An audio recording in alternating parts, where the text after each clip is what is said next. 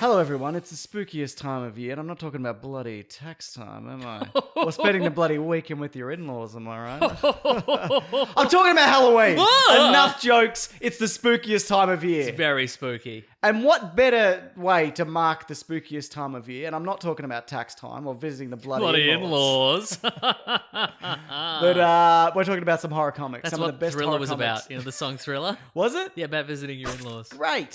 Speaking of comics, Oh, yes. let's talk about horror comics. Let's do it. Some of the best horror comics available, which you can get and purchase for, I was going to say for free, for money. You can go out there with money. You can use your money to buy these comics, and you should. Or steal them. Or, It's the time of the year for stealing things. is it? You're thinking of The Purge? I'm thinking of The Purge. The Purge is coming up. Isn't that around Halloween or something? Probably. Yeah, I would reckon Who's it to is. say?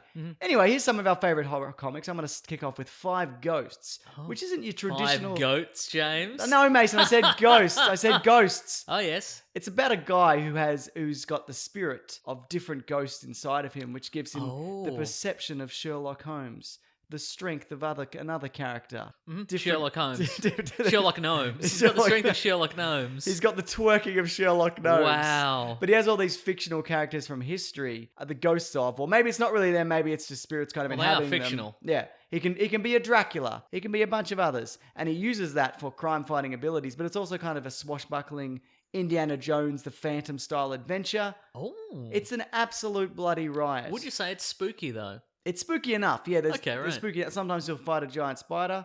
Sometimes he's a Dracula. You know what I mean? No, all those things are both very He's also spooky. got a big old gem in his chest, Ooh. which is cursed, and that's what gives him his powers. But also, it might just be his downfall, or maybe he reaches some kind of happy medium. Who's Is it to like say? a plug in a bathtub, and if you pull it out, all his guts fall All out? his guts fall out. Well, I wouldn't take it out if I were take him. it out, leave it right in there. Wow, okay. So I can't recommend Five Ghosts enough. I think they're making it into a TV series at some I think point. they are. I've heard the name. Yeah, but I don't know where that is. I might at. be thinking of Five Guys, which is the burger joint. Yes, which they've also made into a burger joint. That's what I thought. Have you got a horror one, Mason? I do. Look, it's not the most horrifying. Based on the source material, it's not the most horrifying thing imaginable, and you'll understand why. It's Afterlife with Archie. Right, yeah. Which is a comic book series I enjoyed. So everybody knows the fun-loving Archie gang. Yes. A lot of people were very surprised when Archie was turned into Riverdale, the spooky series full of sexy teens solving sexy mysteries or whatever happens on that show. Because they were like, it's such a departure in tone. But Archie's been doing just weird experimental stuff for quite a few years. The Punisher and Yeah, Predator. and recently the Archie comics, I believe, dropped the Comics Code Authority logo on some of their comics. Ooh. So that's blown the gates wide Heating open. up. Yeah, that's right. And they just started experimenting with weird stuff. And so one of them was Afterlife with Archie, which is a story in which Reggie of the Archie gang accidentally runs over Jughead's dog, Hot Dog, Yes. and then Jughead goes to Sabrina, the teenage witch, to attempt to bring Hot Dog back from the dead. She successfully does so as a sort of a kind of a hell dog who then bites Jughead and turns him into a zombie. Right. And then all heck breaks loose. Would you say it's a right and a half? It is a right and a half, and there's zombies and there's monsters and there's Cthulhu creatures. It's a bloody riot. And again, Any Draculas? oh, I don't want to spoil it. Okay. Yeah. Aliens Salvation. Yes, okay. It's set in the alien universe. Some alien eggs are being transported, as they always are, by the bloody government. What are they up to? Oh, don't do it, government. The ship, everything goes wrong. A couple of people escape this doomed vessel and crash land on a planet. One of them is a holy man. Okay. The other one is the captain, I believe. But also, what is jettisoned from the ship is an alien egg. And it becomes this kind of story of survival and also of religion. It's thought by the holy man that the alien is a demon. And this is some kind of judgment happening on him and et cetera, et cetera. And it's grim, and it's bloody Mike Mignola and Dave Gibbons. I see. Of what Watchmen a, fame. Exactly. Okay. What a creative duo. Or should I say Grave Gibbons? Very good. So it's one of those things where you go in thinking, oh yeah, it's probably just another alien comic, but it is one of the best alien comics, if not the best alien comic. I can't wait for them to turn it into an average movie in 20 years. Yeah, no, they're still Terrifico. doing Prometheus movies, remember? Let's get through all the David prequels. Yeah. Here's a series I know we both enjoyed. Okay. Lock and Key.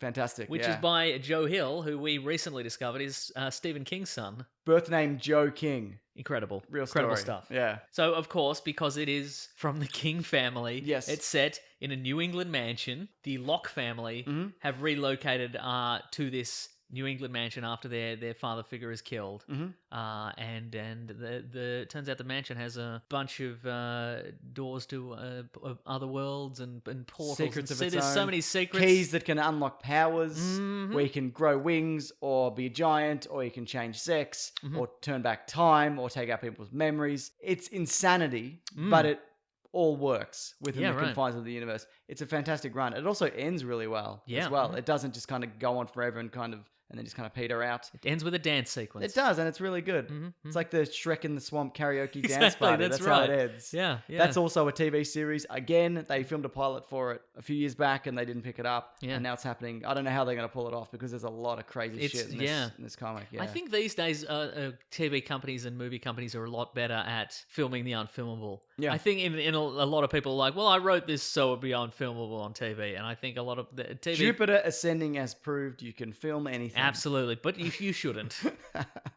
That's a great one. I've got one here as well. Witches. Scott Snyder. Witches with a Y? Witches with a Y, yes. At the end. With the Y. Which is he? Which is he? Yeah, that's right. It's moving to a small town.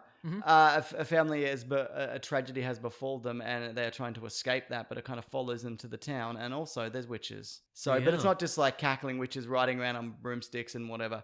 They're really creepy, gross, like sinister, like hunt you down and eat you kind of witches. They trap people inside the trunks of trees. But enough about my ex-wife. That's the in-laws. Talk about bloody the in-laws. Halloween or whatever.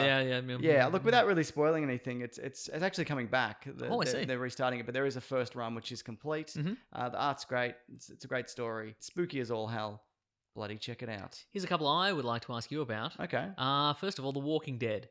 Is it still good? Yes. Follow-up question, was it ever good? It was good, and it still continues to be good. I mean, it ebbs and flows because there's quieter periods, and it not dies off, but there's not really a villain for a while, and they establish the town again and everything, Right. and then something turns up. But does it if there's no villain, does it feel like a lull, or does it No, feel I like don't calm think so. before the storm? Yeah, I kind would of say it's more situation? calm before the storm. yeah. Interesting. And what makes The Walking Dead as a comic, as opposed to the TV show, interesting is the characters are compelling.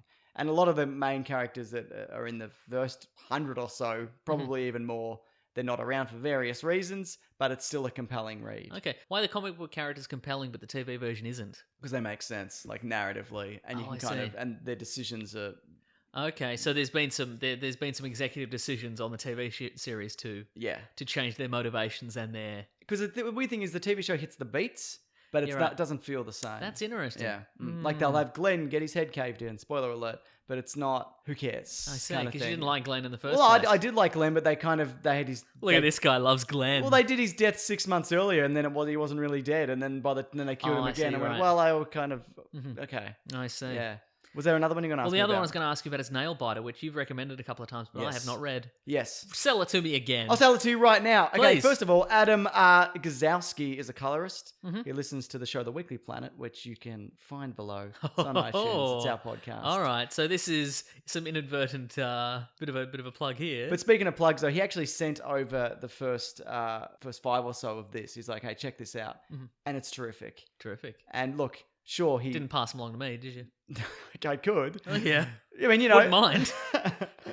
Yeah, so I guess technically this is a paid endorsement for the $10 comic, which is probably whatever it costs for those 5 issues. But it's great. Basically, it's a town, I've talked about it before, but it's a town that breeds serial killers. Okay. And it's kind of this mystery of, is it something in the water? Is it a curse? Like, there's a moment where it's like, is it an Aztec thing? Is it genetic? What is it about this town that breeds serial killers? And one of them is the Nailbiter, where he murders people and he bites their fingernails down to the bone. And there's a whole lot of there's anti-hero things going on. There's twists in terms of, is this person going to end up being a serial killer? What tips a person over the edge? And things like that. Don't drink that glass of water. Yeah. Don't do it. It's got the serial killer stuff in it. It's got the serial killer stuff in it.